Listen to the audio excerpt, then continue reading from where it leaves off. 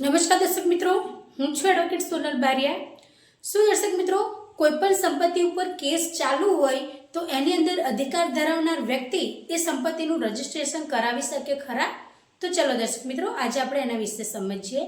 તો દર્શક મિત્રો, જો કોઈપણ પ્રકારની મિલકત હોય, સંપત્તિ હોય અને એ સંપત્તિ ઉપર કોઈપણ પ્રકારનો કેસ ચાલુ હોય અને એ સંપત્તિનું જો સીલ કરવામાં આવેલ હોય તો જે બે પક્ષકારો છે કે જે સંપત્તિને લઈને લડી રહ્યા છે તો તેમાંથી કોઈ પણ એક પક્ષકાર એ જે સંપત્તિને સીલ કરવામાં આવી છે, જે સંપત્તિ ઉપર કેસ ચાલુ છે, એ સમય દરમિયાન કોઈ પણ વ્યક્તિ પોતાનું નામ એ સંપત્તિની અંદર દાખલ કરાવે છે, એટલે કે એ જે તે મિલકત છે, મિલકતની અંદર તેમનું રજીસ્ટ્રેશન કરાવે છે, અથવા તો કોઈપણ પ્રકારનો જો વેચાણ દસ્તાવેજ પણ થતો હોય અને વેચાણ દસ્તાવેજ કરવાની જે કાર્યવાહી છે એ કરતા હોય તો તેવા સંજોગો દરમિયાન એ જે સંપૂર્ણ કાર્યવાહી છે એ માન્ય ગણાય નહીં દર્શક મિત્રો।